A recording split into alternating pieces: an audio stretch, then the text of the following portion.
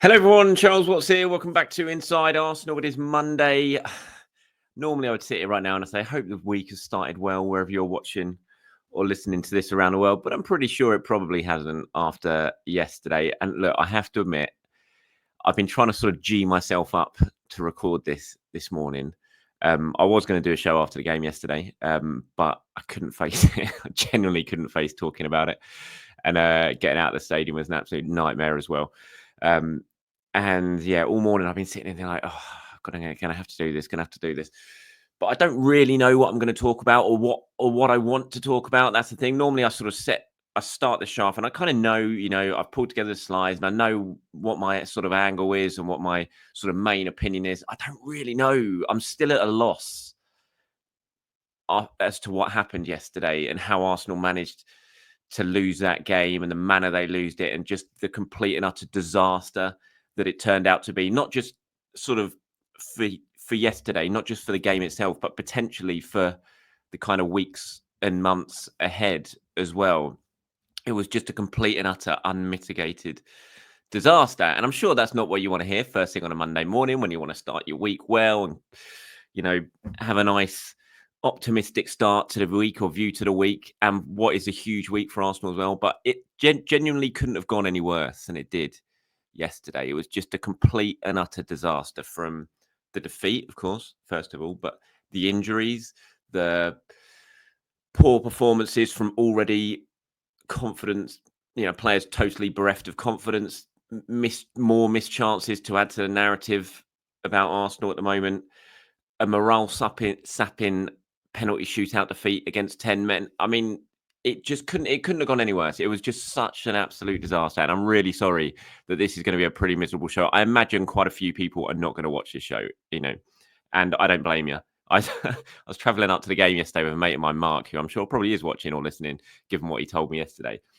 But we were talking about how after defeats, how you don't really want to watch stuff. And I don't really want to watch stuff or listen to stuff after defeats. And he was like, no, to be honest, I'm the other way around because I like sort of hearing things that I missed.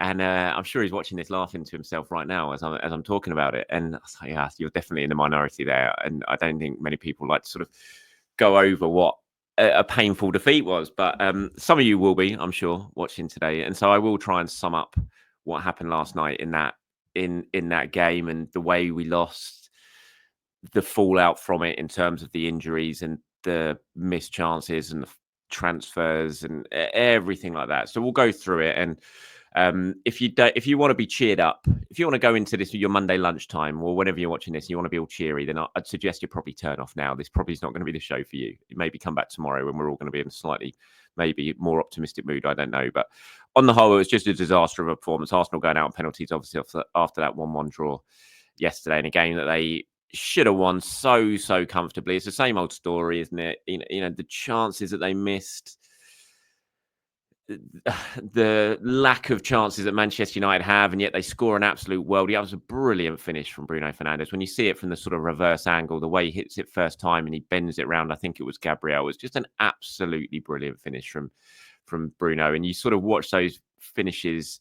in the sort of mood around Arsenal at the moment and the sort of the lack of clinical finishing we're seeing at one end. And then you see time and time again against Arsenal at the moment, teams will be getting one sort of half a chance and they'll be sticking it away just so clinically. And it's just the way things are going at the moment. Because that was a brilliant goal. It was good play by Garnacho. Yes, it was a mistake from Gabriel. He slipped.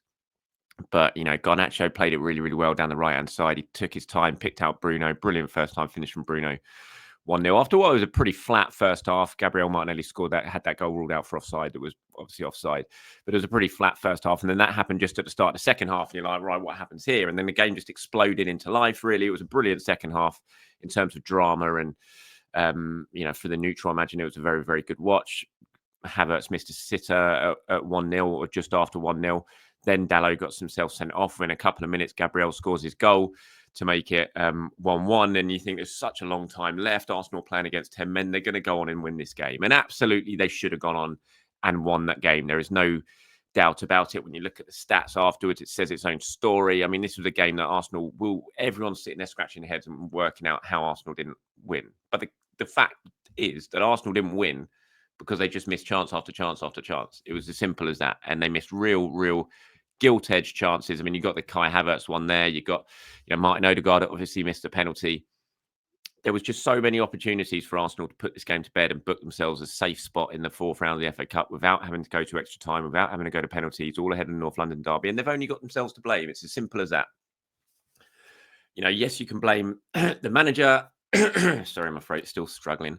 Didn't help yesterday, screaming for 120 minutes. You can blame the manager, absolutely. You can blame the summer transfer window, absolutely. And they're all absolutely justifiable reasons for people to point the fingers at, because Arsenal got the summer wrong. It's clear with each week that passes, with each game that passes, it's becoming clearer and clearer how badly Arsenal got the summer transfer window wrong. The signings they made aren't really playing. They're not performing. They're not staying fit. The signings they didn't make are proving more and more costly as the weeks and months go by with each game that they should be putting to bed, but they don't, because they don't have a clinical forward in their ranks, and the injuries have left them so short. And, Odegaard's penalty, it can happen. It wasn't the worst penalty in the world. It was a very good save, but you got to score that chance. At 1-1, it's a chance to really put the game to bed, and you don't score it. I mean, yes, it's kind of a flip of a coin, luck of a draw at times when it comes to penalties. It wasn't a terrible penalty. It was an okay penalty. The keeper goes the wrong way. That penalty basically goes in the side net, and then everyone says, oh, what a brilliant penalty it was. But it didn't go in. But it kind of sums up how things are going for Arsenal right now. I don't think Odegaard's missed a penalty for Arsenal. He normally sticks them away so clinically. This time he doesn't. You look at the Havertz miss there. I mean, it's harder to miss and score, just like it was against Newcastle in midweek. He'd missed the one before that as well when he miskicked when it was 1-0 as well. It was just a nightmare for Havertz and for Arsenal in an attacking sense. And as I said, I think with each week that's passing at the moment, and the injuries aren't helping, of course, because they're leaving the forward line so short, and players are having to play, even though they're out of confidence and out of form at the moment, they're having to play week in, week out. So the injuries aren't helping. But, you go back to the summer transfer window where it was clear what they needed to do. We all knew it. And to not even get one person in, it's really costing them now as we're getting into the deeper part of the season. They got away with it the first half of the season for the majority of it because the injuries hadn't really started to bite then. But now we're getting into that period where injuries are biting because there's so many games being played and the squad is being stretched to the limits, and they just don't have the numbers or the quality up front to get themselves over the line in these big games. And it's cost them, in 2 cup competitions in a matter of a few days. Arsenal should be sitting there with a decent lead going into the second leg of the Carabao Cup semi-final, and they should be sitting here in the fourth round of the FA Cup. But they're out of the FA Cup, and they're probably going to go out of the Carabao Cup as well. And ultimately, it's down to poor finishing, because over the course of those 2 90-minute games, 90-minute game in midweek and then 120 minutes yesterday, they're just 2 games that Arsenal should have won with the chances they created, but they didn't. And yeah, it's been a pretty brutal week for Arsenal for so many reasons. As I said, I called it a disaster, and it genuinely was. It had real Sporting Lisbon vibes from a couple of years ago. Obviously, when Arsenal were going for the title, they played Sporting. Arteta went pretty strong in that Sporting game. He lost Tomiyasu to injury, lost Saliba to injury. Arsenal went on to miss chances in that game, went out on penalties to 10 men. It was just very, very similar. And that game ultimately cost Arsenal because of the injuries in that match. They couldn't really recover in defence for the rest of the season, and it cost them. We'll wait and see what happens as a fallout from this game. But we'll talk about Jesus in a minute. There's potentially injuries to Jurriën Timber and to Jorginho as well going into the North London derby and Aston Villa that have got coming up this week. So it couldn't have gone any worse. I'm really sorry. For those who are still watching, I'm really sorry for how downbeat this is, but it couldn't have gone any worse yesterday. It really, really couldn't. Okay, we'll go now on to what the sort of manager had to say afterwards on the performance. He said, incredible how we didn't win this game. That's basically, to sum it up, the dominance, the superiority in relation to the opposition, and everything we did to try and win the game. And that's it. We didn't get what we deserved, clearly, but there is an element about putting the ball in the net. We did it once with the amount of situations, chances, penalties that we had. We didn't do it enough. We go home extremely sad, but I cannot be proud of my players, the team individually, collectively, what they've produced on Wednesday night against Newcastle, against 2 top teams. It's incredible. We haven't got rewarded, and that's the downside to it, on how he picks the players up, and players like Havertz up after this defeat. He says, to him and to all of them, I tell them I love them, that we all love them individually, and as a team, they are a joy. What the team produces every 3 days is incredible, regardless of what happens, and I'm not going to lose sight of that because of the results of the last 2, because we didn't deserve those results. What we can do better, Let's try to do it. It's very difficult to achieve. It's an emotional part. It's something related to confidence as well, but it's very difficult to ask something else from our players. See, I get what he's saying there. He can't come out and absolutely slam the players and talk about how poor the finishing was and how they've cost Arsenal in really, really key moments. He can't do that because these are the players he's got to go with now. There's no one else. He can't turn to anyone else, especially in attack, because there's no one left to turn to. They're all injured. So he's got to go with these players again. So obviously, publicly, he's going to have to talk them up. I understand. And I know this is not what a lot of people want to hear after the game, managers speaking like this, but there's nothing else he can do. He has to speak in that way to try and raise confidence, because those players would have been back in that changing room after the game yesterday, absolutely crushed, proper on the floor type confidence after that defeat. And he would have been looking at it thinking, we've got Tottenham on Wednesday, we've got Villa on Saturday. I have to try and do something to raise these players a little bit. So I understand what he's saying there and how he's trying to paint that sort of picture. But when he talks about the performance, obviously, and how much of a joy they are, and said there's not much else we can do, there is something else you can do, and that's put the ball in the net. It's as simple as that. Football is about scoring goals. You score goals, you win games. If you don't score goals, you're not going to win games. And I think Arsenal's XG over the last 3 games is should have their XG of 8.4 or something like that, and they've scored 1 goal through a defender via a deflection, which just absolutely sums it up. You cannot win games like that. And too many people at the wrong time are having really bad spells. But the fact is, there's no one else Arteta can now use because of the injury issues and things like that. And that's why you go back to the summer transfer window and what they didn't do. And I remember doing a post after the Sterling signing on social media. I was like, my thoughts on it. It's an okay deal it's a good deal at the last minute to get someone in like that, because it does. They needed someone and they've got someone, but they're going to need luck with injuries, and they haven't had those luck with injuries, and now that's cost them. It's just very, very clear that Arsenal have left themselves short in the summer transfer window, and for whatever reason that is. And obviously, we're in the January transfer window now, and before Gabriel Jesus' injury last night, Arsenal needed to do something. We spoke about it in the last few weeks, but I mean, now you've got Saka, who's basically your main man, is out for potentially up to about 3 months. We don't know yet exactly when Bukayo Saka's going to be back, but maybe 2 months, maybe 3 months. We'll have to wait and see. You're already without Saka. You've lost Ranieri in the last couple of weeks as well. And now you've got Gabriel Jesus, who's going to go for a scan today, but it looks like he's potentially picked up a cruciate ligament injury and he's going to be out for 9 months to 12 months. We'll see. Hopefully that's not the case. Hopefully it's not as bad as it looked, and the initial fears are he's going to have a scan today. Obviously, he went home. He didn't go to hospital last night. He went home after the game. But it looks, for all sense and purposes, when you're watching that and you saw what it was like when he went off and you're listening to what Mikel Arteta said afterwards, it looks like a really bad one. And immediately you're thinking cruciate. So you've lost Saka, you've lost Jesus, you've lost Ranieri. Oh, and before that window even started, you needed to sign someone. I mean, they've got to react. If you're not going to react to this, and I've been saying it since Saka, but if you're not going to react to this now, when are you ever going to react? You're just basically waving a white flag. If you don't do something between now and the end of the transfer window, you're waving a white flag and surrendering for the rest of the season, because Arsenal aren't going to do anything this season. They're out of the FA Cup, obviously, very much teetering on the brink of the Carabao Cup, but they're still in with a shout in the Champions League and in the Premier League. You've still got a chance. If you don't do anything between now and the end of January in terms of transfers, you are basically waving that white flag, surrendering, and saying the season's done and dusted. We give up. We're going to go again next year. And that shouldn't be what they're doing. You've got to go all out in the next few weeks and try and get, potentially not even 1, but 2 through the door this January, if you want to salvage anything from this season, which you would hope they do. But yeah, on Jesus, he says, look, it's a big worry. That's my feeling. He had to come off on a stretcher with a lot of pain touching his knee. It's not looking good. If it was the same injury as he had at the World Cup, he said, no, I think it's the other one. The worrying factor is the feeling that he had. He had to come off and the pain that he was in. Again, you don't want to sort of presume anything, but it looked a nasty one. It looked like a cruciate, but again, we'll have to wait and see what the scan shows, and those scans are happening today. So thoughts go out to Gabriel Jesus. Hopefully he gets lucky and it's not what we're all thinking. But yeah, just disaster for Arsenal to lose him as well. And that's before you even talk about the fact that Calafiori didn't play yesterday because of a muscle injury, and then Timber limped off holding his hamstring yesterday. Hopefully Jorginho was just cramped, but it didn't look great when he went off either. It's just absolute disaster.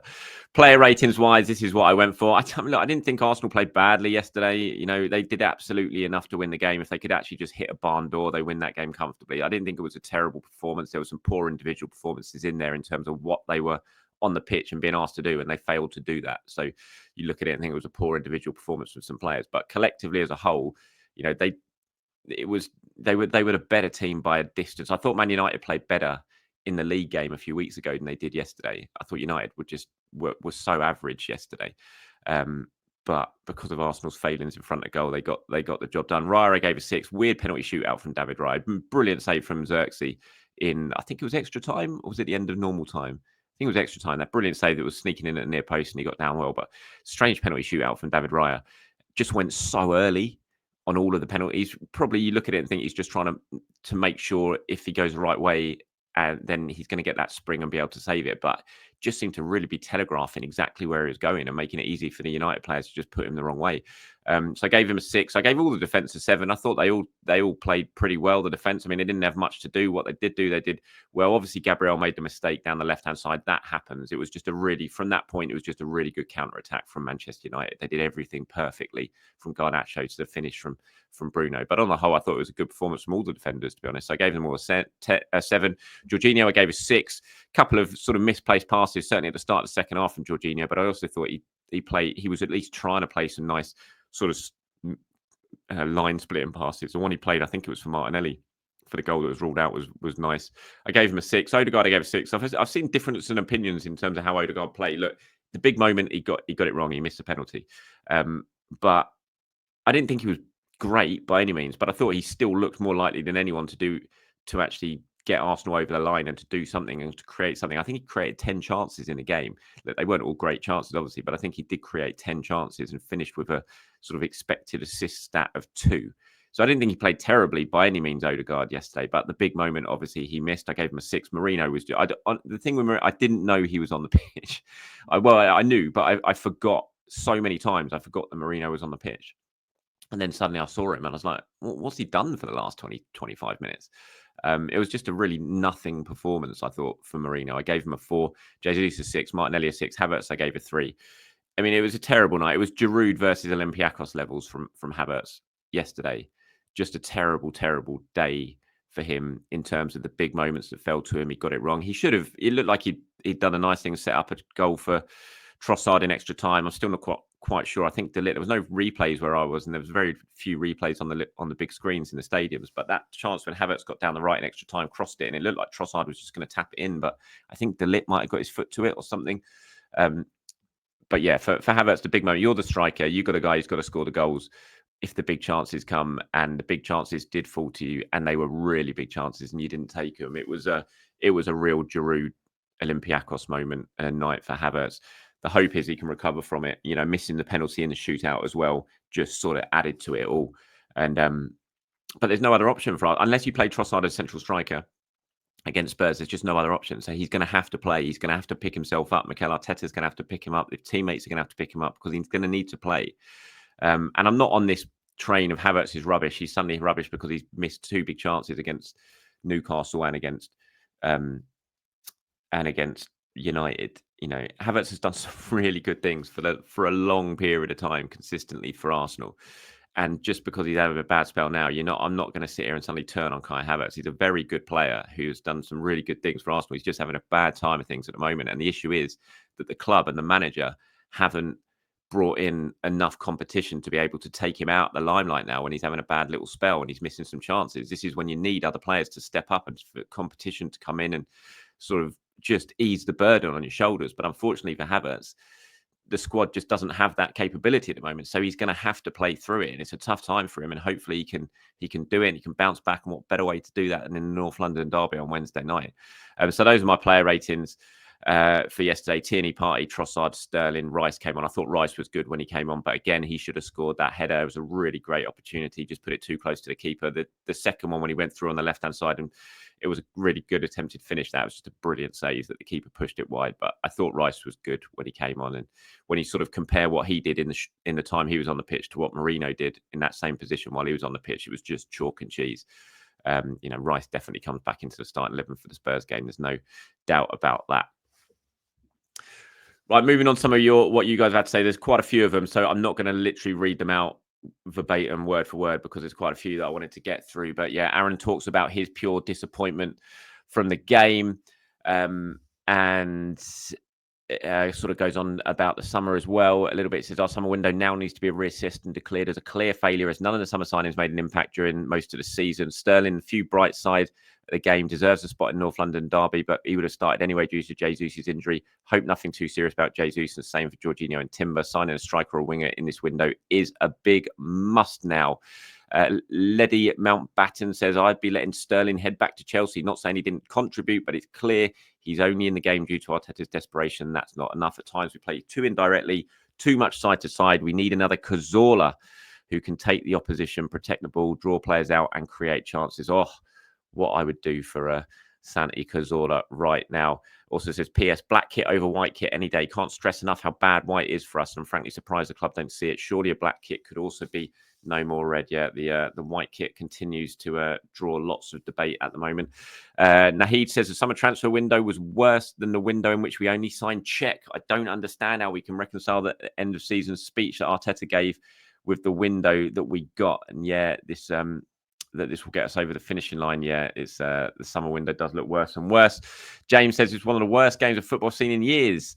Also, what was Raya doing with the penalty shootout? Diving so early made it easy for United. Yeah, I agree with that. I don't think it was the worst game of football we've seen in years. It was actually quite an exciting game, as horrible as it was, as it ended up. But I imagine for the neutral, it was quite an exciting game.